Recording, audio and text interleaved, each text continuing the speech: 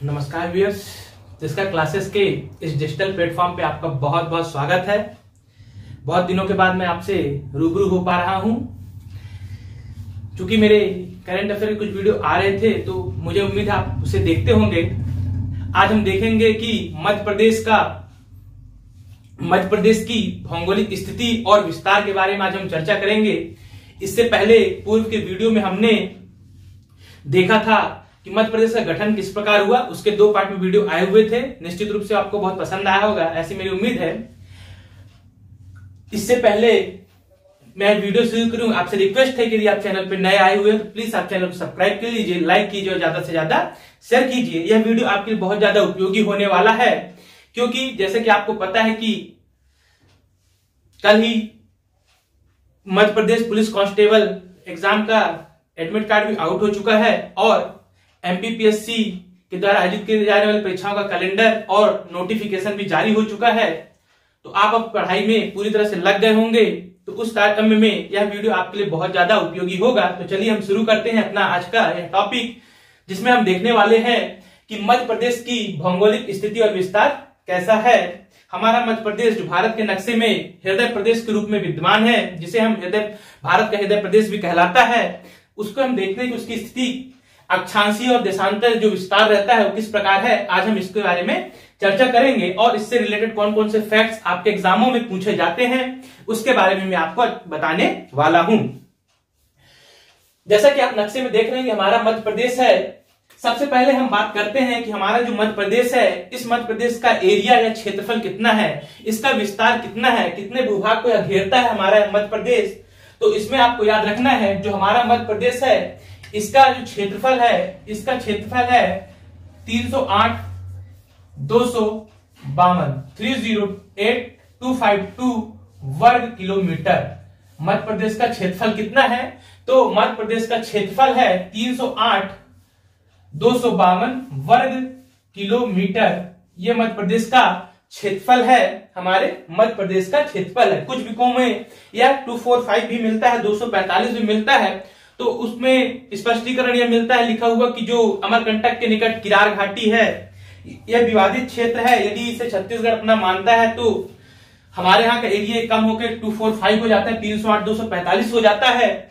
जबकि यदि हम इसे अपना क्षेत्र मानते हैं उस क्षेत्र को, तो हमारा क्षेत्र बढ़ के 308,252 वर्ग किलोमीटर हो जाता है। इसे आप अच्छे इतना ध्यान रखिएगा। अगला देखें, दूसरा फैक्ट आपको देख रहे होंगे, विभाजन के पूर्व क्षेत्रफल।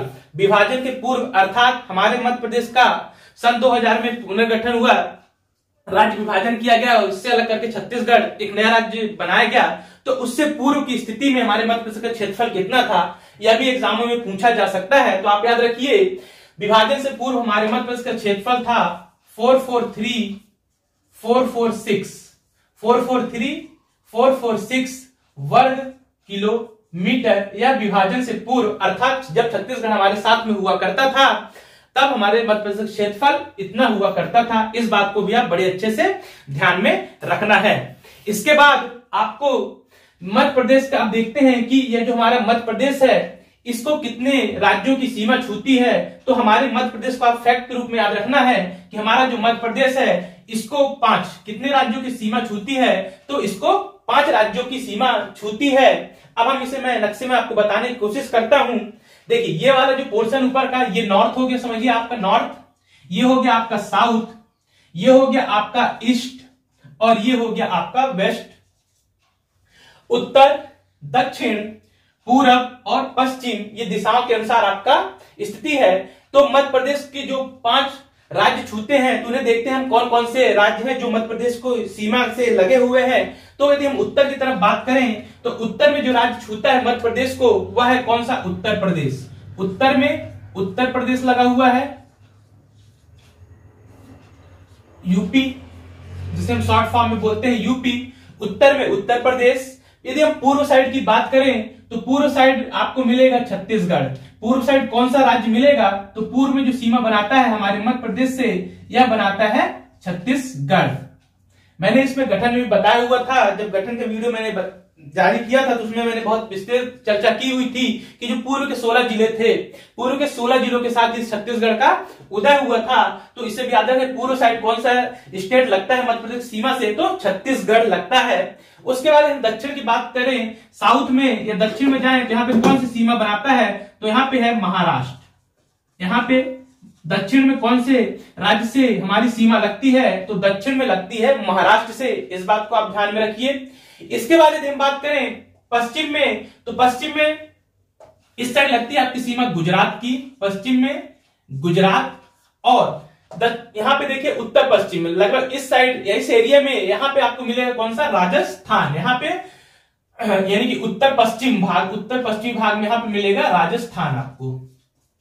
तो यहाँ पे मैंने लिखा कि मध्य प्रदेश राज्य को कितने राज्यों की सीमा छूती है, तो मध्य प्रदेश राज्य को 5 राज्यों की सीमा छूती है। उत्तर में उत्तर प्रदेश, देन पूर्व में छत्तीसगढ़, दक्षिण में महाराष्ट्र, पश्चिम में गुजरात और उत्तर पश्चिम में ये वाला भाग उत्तर और पश्चिम इनके बीच में जो स्टेट लाई करता है या स्थित है वह है राजस्थान। तो इस प्रकार मध्य प्रदेश को 5 राज्यों की सीमा छूती है। यह बात आपकी क्लियर हो गई होगी। अब यहीं पे मैं बात कर लूं कि जो हमारा मध्य प्रदेश है सबसे ज्यादा सीमा किस राज्य से लगती है, तो हमारे मध्य प्रदेश की सबसे ज्यादा सीमा है वह लगती है उत्तर प्रदेश से। किससे लगती है, तो यह लगती है उत्तर प्रदेश से। इस बात को आप अच्छे से ध्यान में रखिए। सर्वाधिक सीमा मध्य प्रदेश की किस राज्य को छूती है, सर्वाधिक सीमा किसकी लगती है मध्य प्रदेश में, तो उत्तर प्रदेश की लगती है। ये वाले एरिया में लगभग यहां से लेकर पूरा इस यहां तक का पूरा एरिया जो है इसमें उत्तर प्रदेश के जिले कहीं ना कहीं टच करते हैं हमारे मध्य प्रदेश को। लगभग 13 से 14 जिले हैं ये जो उत्तर प्रदेश की सीमा बनाते हैं। उत्तर प्रदेश के जिलों के साथ हमारे जो जिले हैं मध्य प्रदेश के उत्तर प्रदेश स्टेट के साथ लगे हुए हैं। तो इस बात को भी आप ध्यान में रखिए। फिर वहीं पे क्वेश्चन पूछे आपसे कि सबसे कम सीमा किसकी लगती है, तो आप याद रखना है जो सबसे कम सीमा है, सबसे कम सीमा लगती है गुजरात। किसकी लगती है, सबसे कम सीमा लगती है गुजरात की। इस बात को भी आप बड़े अच्छे से ध्यान में रखिएगा। इसके बाद हम देखते हैं सबसे कम सीमा, सबसे ज्यादा सीमा हो गया। भूवैज्ञानिक दृष्टि से मध्य प्रदेश किसका भाग है, क्वेश्चन पूछा जाता है कि भूवैज्ञानिक दृष्टि से मध्य प्रदेश किसका भाग है, तो आपको बड़े अच्छे से ध्यान रखना है कि जो भूवैज्ञानिक दृष्टि से मध्य प्रदेश गोंडवाना लैंड का भाग है। मध्य प्रदेश किसका भाग है, तो मध्य प्रदेश गोंडवाना लैंड का भाग है मध्य प्रदेश भूवैज्ञानिक दृष्टि से। इसके बाद यदि देखा जाए कि क्षेत्रफल की दृष्टि में, एरिया वाइज क्षेत्रफल की दृष्टि में मध्य प्रदेश का भारत में कौन सा स्थान लगता है, किस स्थान का राज्य है, तो याद रखना क्षेत्रफल की दृष्टि से मध्य प्रदेश देश का दूसरा सबसे बड़ा राज्य कौन सा है, तो मध्य प्रदेश। देश का क्षेत्रफल की दृष्टि से दूसरा बड़ा राज्य कौन सा है, तो मध्य प्रदेश है। विभाजन से पूर्व तक, अर्थात जब छत्तीसगढ़ हमारे साथ हुआ करता था तो तब मध्य प्रदेश देश का सबसे बड़ा राज्य हुआ करता था। विभाजन के बाद स्वाभाविक सी बात हमारी कुछ सीमा कम हुई होगी क्योंकि छत्तीसगढ़ में चली गई। तो उस दृष्टि के बाद उसके बाद क्या हुआ कि यह दूसरे स्थान पर आ गया क्षेत्रफल की दृष्टि में। वहीं हम जनसंख्या की दृष्टि में बात करें और 2011 की जनगणना के अनुसार यदि बात करें, 2011 की जनगणना के अनुसार मध्य प्रदेश देश का जनसंख्या की दृष्टि में छठवां सबसे बड़ा राज्य है। इस बात को भी आप बड़े अच्छे से ध्यान में रखिए। क्षेत्रफल की दृष्टि में यह दूसरा बड़ा राज्य है, जबकि जनसंख्या की दृष्टि में यह देश का 6वां बड़ा राज्य है। यहाँ पे आप एक चीज और नोट करके अच्छे से ध्यान में रखिएगा माइंड में। यदि 6वां ऑप्शन नहीं आ रहा है, ऑप्शन जनसंख्या की दृष्टि में पूछा और 6वां नहीं दिया है, तो आपको 5वां लगाना है। इसका भी कारण यह है 5वां लगाने का कि हमें पता है कि 2014 में तेलंगाना एक नया राज्य बनाया गया था तेलंगाना। तो उसके बनने के बाद से इसकी पोजीशन एक ऊपर खिसक के आ गई और उस दृष्टि में 5वें नंबर पे आ गया। लेकिन यदि जनसंख्या की दृष्टि से पूछ रहा है कि 2011 की जनसंख्या की दृष्टि से कौन से नंबर का राज्य है मध्य प्रदेश पॉपुलेशन में, तो यह 6वां सबसे बड़ा राज्य है जनसंख्या की दृष्टि में। इस बात को भी आप बड़े अच्छे से ध्यान में रखिएगा। ये हो गई कुछ फैक्चुअल बातें। इसके अलावा जैसे कि हम जानते हैं कि मध्य प्रदेश को हृदय प्रदेश के नाम से जाना जाता है, मध्य प्रदेश को हृदय प्रदेश भी कहा जाता है। और मध्य प्रदेश को यह मध्य प्रदेश नाम किसने दिया? तो मध्य प्रदेश को यह मध्य प्रदेश नाम पंडित जवाहरलाल नेहरू ने दिया। यह बात भी हम बड़े अच्छे से जानते हैं। इसके अलावा मध्य प्रदेश को, हमारे इस मध्य प्रदेश को और भी कई नामों से जाना जाता है, जैसे इसे नदियों का मायका कहा जाता है, इसे सोया स्टेट कहा जाता है, इसे टाइगर स्टेट कहा जाता है, इसे सेंट्रल प्रोविंस भी कहा जाता है, इसे मध्य भारत भी कहा जाता था। इसके अलावा इसे हृदय प्रदेश भी कहा जाता है। तो ये मध्य प्रदेश के कुछ अन्य नाम भी है। अब हम देखते हैं कि मध्य प्रदेश की स्थिति और विस्तार क्या है। जब हम ग्लोब पर देखते हैं तो हमारा मध्य प्रदेश किन किन अक्षांश और देशांतरी स्थिति के बीच में उसकी स्थिति है, इसके बारे में हम देखते हैं कि हमारे मध्य प्रदेश की स्थिति ग्लोब पर क्या है। तो देखिए हमारे मध्य प्रदेश क्या स्थिति बनती है ग्लोब पर। ये हो गया आपका नॉर्थ से साउथ, और यहां पे यदि बात करें तो ये हो गया आपका पश्चिम से पूर्व का विस्तार। तो जैसे कि हमें पता है कि हमारा जो भारत भी उत्तरी अक्षांश में स्थित है, तो नॉर्थ में बात करें तो इसका जो लैटिट्यूड एल्टीट्यूड है, तो उत्तरी अक्षांश में यहाँ 21 डिग्री 6 मिनट, बड़े अच्छे से ध्यान में रखिएगा, 21 डिग्री 6 मिनट से लेकर 26 डिग्री 30 मिनट। कितना? 21 डिग्री 6 मिनट से लेकर या 26 डिग्री 30 मिनट के मध्य इसकी उत्तरी अक्षांश की स्थिति है मध्य प्रदेश की। वहीं देशांतर में बात करें, देशांतर स्थिति की बात करें, मध्य प्रदेश पूर्वी देशांतर में कितना है, तो इसमें याद रखना है आपको 74 डिग्री 9 मिनट से। कितना? 74 डिग्री 9 मिनट से यह स्थिति है इसकी कितनी? 82 डिग्री 48 मिनट। कितना? 82 डिग्री 48 मिनट। इस बात को भी आप बड़े अच्छे से ध्यान में रखिएगा। 82 डिग्री 48 मिनट यह इसकी देशांतरी स्थिति है, ये आपको बड़े अच्छे से ध्यान में रखना है। 21 डिग्री 6 मिनट से 26 डिग्री 30 मिनट उत्तरी अक्षांश पे, और 74 डिग्री 9 मिनट पूर्वी देशांतर से 82 डिग्री 48 मिनट के मध्य हमारा मध्य प्रदेश सिचुएटेड है या स्थित है। इसकी ग्लोब पे जो अक्षांशी और देशांतरी विस्तार है, इस बात को भी बड़े अच्छे से ध्यान रखने। कई बार एग्जामों में क्वेश्चन पूछा गया है कि मध्य प्रदेश की स्थिति और विस्तार है, मध्य प्रदेश का स्थिति और विस्तार कितना है, तो 21 डिग्री 6 मिनट से 26 डिग्री 30 मिनट, और उत्तरी अक्षांश में 74 डिग्री 9 मिनट से 82 डिग्री 48 मिनट पूरी देशांतर के मध्य हमारा मध्य प्रदेश स्थित है। इस बात को भी आप बड़े अच्छे से ध्यान में रखिएगा। बेसिकली मुझे यही बताना था आपको कि आज हमारा टॉपिक ही है कि मध्य प्रदेश की भौगोलिक स्थिति व विस्तार कितना है। तो ये होगी इसकी भौगोलिक या ग्लोब पर हमारी क्या स्थिति है, तो ये मैंने आपको बताया। अब हम देखते हैं, इसमें एक और क्वेश्चन पूछा जाता है कि एरिया में देखा जाए तो इसका विस्तार कितना है, एरिया वाइज का विस्तार कितना है। तो उत्तर से दक्षिण विस्तार मध्य प्रदेश का कितना है और पश्चिम से पूर्व विस्तार मध्य प्रदेश का कितना है। तो याद रखिए जो उत्तर से दक्षिण, देखिए ये वाला एरिया आपको ज्यादा दिख रहा होगा तो सीधी सी बात ये एरिया ज्यादा होगा, ये एरिया थोड़ा कम समझ में आ रहा है तो ये एरिया कम होगा। तो जो उत्तर से दक्षिण विस्तार है मध्य प्रदेश का, उत्तर से दक्षिण विस्तार है, उत्तर से दक्षिण नॉर्थ साउथ, यह विस्तार कितना है, तो यह है 605 किलोमीटर। बहुत अच्छे से आप ध्यान रखिएगा कि मध्य प्रदेश का उत्तर से दक्षिण विस्तार एरिया कितना है, तो 605 किलोमीटर मध्य प्रदेश का उत्तर से दक्षिण विस्तार है। इस बात को आप बड़े अच्छे से ध्यान में रखिए। उसके बाद वही देखें कि पश्चिम से पूर्व विस्तार मध्य प्रदेश का कितना है, यहां तक पश्चिम से पूर्व विस्तार कितना है, पश्चिम से पूर्व विस्तार मध्य प्रदेश का कितना है, पश्चिम से पूर्व विस्तार मध्य प्रदेश का कितना है, तो पश्चिम से पूर्व विस्तार 870 कितना है, 870 किलोमीटर, 870 किलोमीटर। उत्तर से दक्षिण 605 किलोमीटर, पश्चिम से पूर्व विस्तार 870 किलोमीटर। कभी कभी इसमें क्वेश्चन पूछा जाता है कि इनके विस्तार का अंतर कितना है, इनके विस्तार का अंतर कितना है। तो आपको क्या करना है, अंतर निकालने के लिए 870 में से 605 घटा देना, 870 में से 605 घटा देने की इसलिए पूछा जाता है कि वो जानना चाहता है आपका एग्जामिनर आपसे कि आपको ये पता है कि नहीं, दोनों विस्तार आपको पता है कि नहीं पता है, उसको चेक करने के भी ऐसे क्वेश्चन बना लेता है।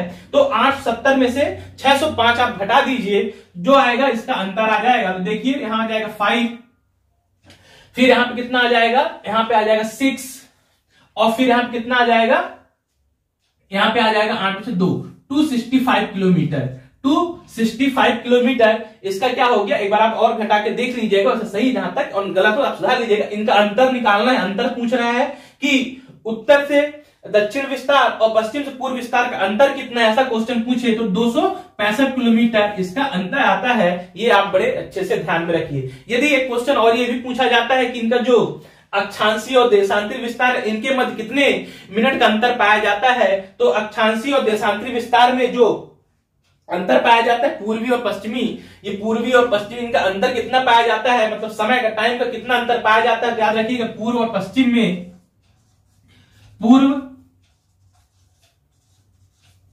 पश्चिम में कितना अंतर पाया जाता है? तो आपको ध्यान रखना है 34 मिनट का अंतर पाया जाता है। कितने का अंतर पाया जाता है?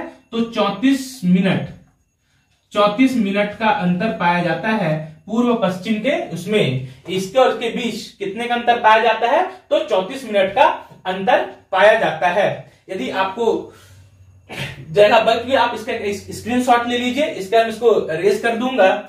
इसके बाद हम देखते हैं कि अब इसमें कौन कौन सी सीमा लगती है, उसके बारे में यहीं पे चर्चा कर लेते हैं कि मध्य प्रदेश की और कौन कौन सी भौगोलिक नदियों के साथ सीमाएं लगती हैं, इसके बारे में यहीं पे आपको बता दे रहा हूं। आप इसका स्क्रीनशॉट ले सकते हैं। अब हम देखते हैं यहां पे कि इसकी कौन कौन सी और सीमाएं लगती हैं।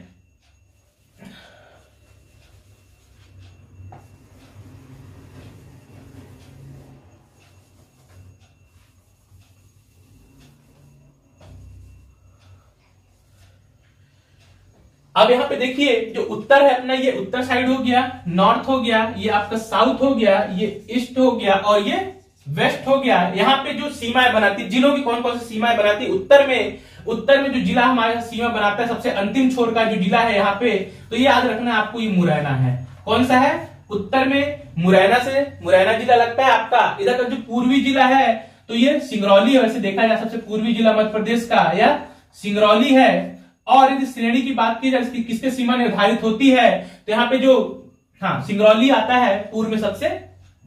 इसके बाद जो दक्षिण में जो जिला पड़ता है आपका, तो यहाँ पे पड़ता है आपका बुरहानपुर। दक्षिण साइड में जो अंतिम जिला पड़ता है यह बुरहानपुर से सीमा निर्धारित होती है, इसकी अंतिम जिला बुरहानपुर। वहीं पश्चिम के साइड की बात करें तो पश्चिम में अलीराजपुर। कौन सा? पश्चिम में पड़ता है आपका अलीराजपुर। ये जिले हैं पश्चिमी छोर के, पूर्वी छोर के, उत्तरी छोर के और दक्षिणी छोर के। इसके अलावा यदि पूछे कि सीमा का निर्धारण प्राकृतिक रूप से सीमा का निर्धारण किनसे होता है, तो आपको याद रखना है जो उत्तर में चंबल नदी के द्वारा सीमा का निर्धारण किया जाता है। वहीं दक्षिण में बात करें तो दक्षिण में ताप्ती नदी के द्वारा। किसके द्वारा? ताप्ती नदी के द्वारा। ये व्यापम वगैरह के एग्जाम में बहुत ज्यादा पूछा जाता है ऐसे क्वेश्चन। तो दक्षिण में ताप्ती नदी से सीमा का निर्धारण होता है। वहीं पूर्व में बात करें तो पूर्व साइड किससे सीमा निर्धारण? मैकाल श्रेणी। पूर्व में जो सीमा निर्धारण करता है प्राकृतिक रूप से तो मैकाल श्रेणी से इसकी सीमा निर्धारित होती है। वहीं यदि मैं पश्चिम की बात करूं तो पश्चिम में भी किससे सीमा का निर्धारण होता है? तो पश्चिम में भी सीमा का निर्धारण चंबल नदी के द्वारा किया जाता है। इस बात को भी आप बड़े अच्छे से ध्यान में रखिएगा। तो यह था आपका मध्य प्रदेश का स्थिति और विस्तार के बारे में संपूर्ण चर्चा, जिससे बहुत ज्यादा क्वेश्चन पूछे जाते हैं। या तो पूछता है कि विस्तार कितना है, या उसका अक्षांशीय देशांतरीय स्थिति पूछ लेता है, या पूछता है आपसे कि सबसे ज्यादा या सबसे कम सीमा किसकी बनाती है, या आपसे पूछता है कितने राज्यों को छूती है, या पूछा जाता है किसका भाग है। इस प्रकार के जो भी क्वेश्चन पूछे जाते हैं, तो अब मुझे लगता है कि आपसे इस प्रकार के क्वेश्चन चाहे जो भी पूछा जाए, चाहे वो अब आने वाले आगामी पुलिस कांस्टेबल का एग्जाम हो, उसके बाद आने वाले एमपीपीएससी के एग्जाम हो, उसमें जो फैक्चुअल क्वेश्चन आएंगे तो अब निश्चित रूप से आपको बिल्कुल आसानी के साथ, सहजता के साथ कर पाएंगे, ऐसा मैं पूरी आपसे उम्मीद करता हूं। ये था आपका आज मध्य प्रदेश की भौगोलिक स्थिति और विस्तार का। अब नेक्स्ट वीडियो में मिलते हैं हम किसी नए टॉपिक के साथ। तब तक के लिए बहुत बहुत धन्यवाद।